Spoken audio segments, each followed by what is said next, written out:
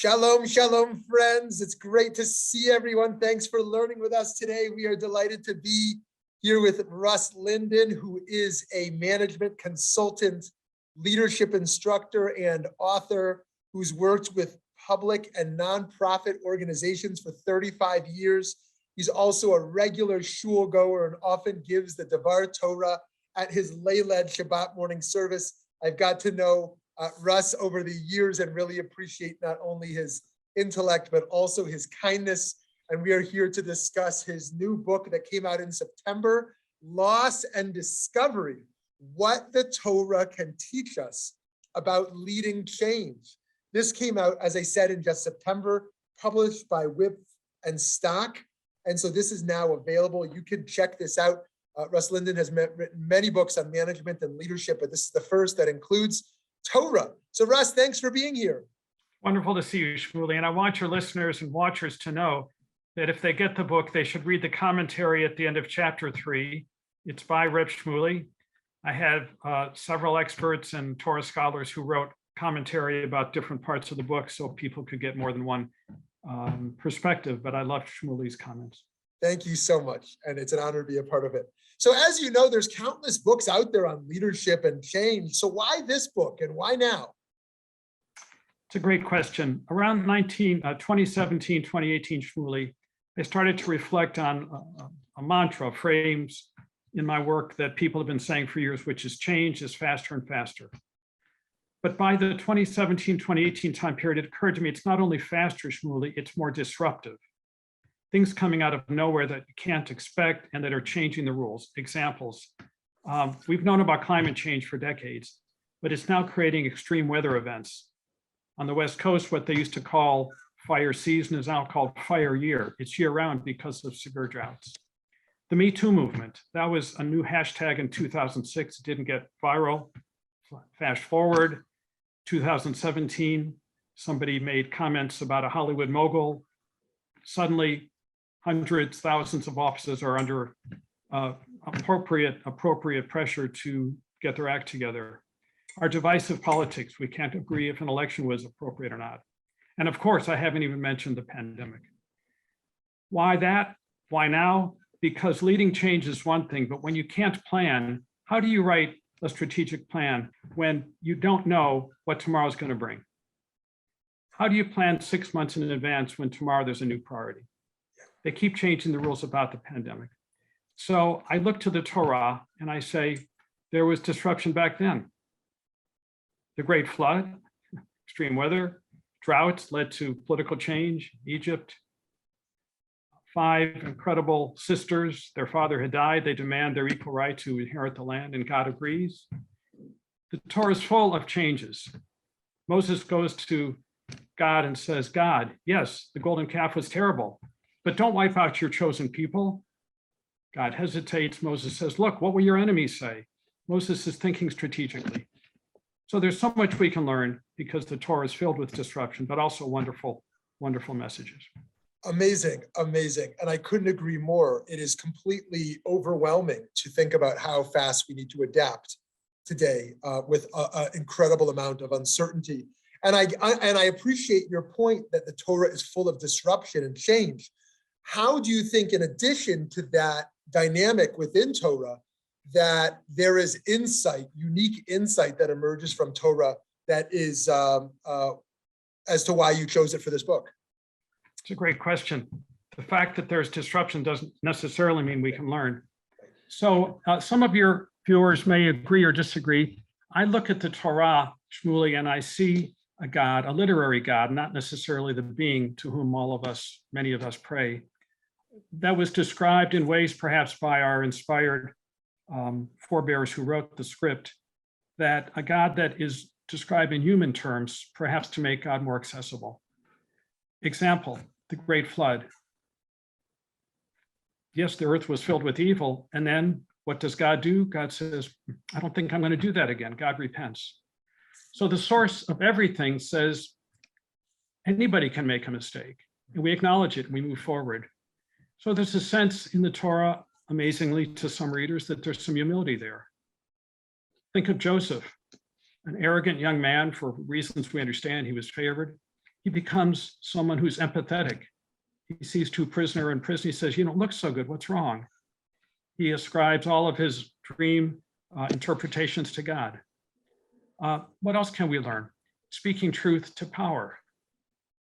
The 5 daughters of Zelophehad that I mentioned earlier. All 5 of them go to Moses and the leaders, not just one who might have been overwhelmed. They speak honestly.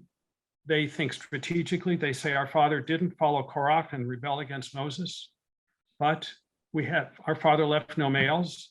The law says we will be left nothing. You know the story, Shmuley. Moses apparently says it's above my pay grade. Moses says, what do you say, God? And God, to many readers' amazement, says, they're right. Change the law. So when we do things with respect, when we plan, we can speak truth to power. A third lesson, Shmuley, is leaders have to learn and change. One of the chapters is about Jacob and Joseph. And my reading of the Jacob story is, I love the man, I can empathize with him, but to my eyes, and I know some sages certainly disagree, I don't see Jacob changing in his behaviors. Perhaps in his heart, perhaps after he got a new name, I don't see the change. And yet Joseph becomes a mensch. With all this power, he becomes a mensch. So how do leaders learn and change? Many of the leaders in the Torah do. Moses, as you know, Moses is making all the decisions. His father-in-law, Yitro, comes, he observes him, he says, Moses, you're doing it wrong. Explains how to create a system. And Moses, to his credit, listens and changes. So especially in a time of disruption, Shmuley, all of us, not just leaders, have to say, what's changing? What am I doing that I have to let go of? Or what am I doing that works? And go ahead, were you going to say something? Oh, please. Yeah. Well, just one more. To me, a kind of a macro lesson from the Torah is, and this is true of modern organizations, that when things are so disruptive, when things are changing so fast and we can't anticipate, be adaptive and flexible in virtually everything, but whatever is at the core of your organization. As I know you, Rev Shmuley, and what you're doing, I suspect the core might be education and social justice, social action. I'm just thinking aloud. Change everything. God gives the people 10 commandments. God gives the people a core of beliefs that are as true today as then. And yet, wandering through 40 years, they're always having to change virtually everything else. So how can we be adaptive and flexible, but hold on to that core? One of the things I love here is that you bring not only your research and you bring Torah together, but also in the chapter about resistance to change, you cite research from neuroscientists. And I wonder, what did you learn from them? And why is that relevant to leading change during disruptive times? In some ways, to me, that's the central question. For years, I would read the Exodus story, the delight, the excitement of leaving Egypt, and almost immediately, as you know, the people start to fetch. They complain, better we were left in Egypt. Why did you do this? And I could never understand this. How ungrateful, until I'm starting to learn from neuroscientists. Briefly, they teach, among other things, through something called fMRIs, ways of looking at the brain as we do things, that our brains are wired for predictability and control. Our brains actually are often making predictions, and amazingly, when the prediction is right, a substance called dopamine, the pleasure part of the brain, is secreted. But when the brain gets a prediction wrong, the dopamine goes on strike.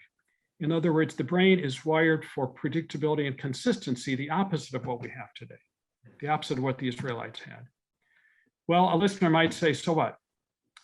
Well, you don't have to be in a period of disruption to know that people often resist change. But a better way to think about it, and what I'm learning from the neuroscientists, Shmuley, is they don't necessarily resist change, people resist loss. If you do a reorganization at the Beit Midrash and people don't understand it, I hope this isn't true, but it wouldn't be surprising if some of them were thinking, what is this? What's going to happen? Who will I report to? What about my colleagues, my relationships? Not everybody, some people love change, but most of us, we want things stable. So the notion that our brains are wired for what not happening today is one thing that I'm learning. And secondly is this notion of loss aversion. We are more motivated to resist, to prevent loss than to achieve gain. If you talk to or read about a high-performing athlete, they'll tell you that yes, they love the wins, but they really remember the losses. Those stick for a long time. For many of us high achievers, Shmuley, you are one of them, countless books, you may think more about something you wish you'd written differently in a book than the hundreds of pages where you felt like you got it right. And so what's a lesson for leaders? When we can't predict everything, tell people what we do know. Communicate frequently. When it changes, say, you know what, it's different today, but I owe you the truth. That forms relationships, which forms trust. Because when things don't go well, they want to know if they can trust that leader. And one other thought about this, when the change is massive, as a colleague of mine likes to say, shrink the change. Break it down into small parts. God had Moses tell the people to build this amazing Mishkan. By the way, the one major factor, one major event in the Torah where, according to some rabbis, the people never complained. And at the end, Moses blessed them, but it was done step by step. Here's a blueprint. Here's where to put the curtains. Here's the colors. So can we break these great deal changes, huge changes, into small, discrete steps so people can absorb them? Beautiful, beautiful. One last question for you. I feel like I could talk with you all day about this.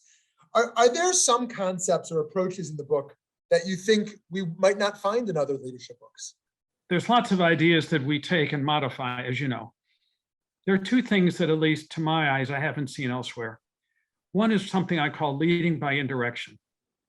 I owe this insight from the Torah to our Rabbi Dan Alexander here in Charlottesville, who once pointed out to me that days after leaving Egypt, God brings the people south, which is the opposite direction to go toward the promised land. It should have been northeast. Why? He said, we might go through a land where the Philistines, I think it was the Philistines at any rate, are there, and it's a warrior-like tribe, and our people are not ready. Leading by indirection, it's not to fool people, it's not to disguise your intention, but as you know, Shmuley, sometimes to get from A to B, you got to go through Q and Z and R and Aleph and Bet. So what would be an example? Contemporary example. Well, not contemporary, but within our country's history. Abraham Lincoln and the proclamation giving slaves freedom. It was done step by step. He did it for military reasons. He waited till people were ready. A different example of something that's different in this book would be the notion of redirecting people's forces. There's a wonderful quote from a great, futurist who said, don't oppose forces, use them. So what am I saying? Shmuley, if somebody went to you and said, Shmuley, you got it wrong, you might, like me, sometimes get defensive. Or you might say, okay, how do we make it better? Any parent with kids know if the kids start scrolling on the, writing on the wall, you can yell and scream, or you could give them their own sheet of paper and redirect the energies. For people out there who know Aikido, that's exactly what Aikido is. You go with someone and they make your motion go in a way that defeats your own intention. So redirecting, if people are in opposition, let's say cynics, and I used to have a hard time with cynics until I learned about this.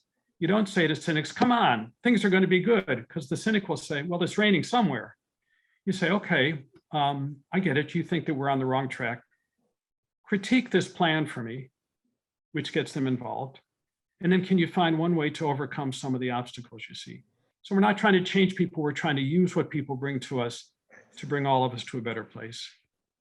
And finally, this is a controversial notion, but some people would say that what Aaron did with the golden calf, rather than yell and scream and tell the people to stop, Aaron, of course, helped them build the calf.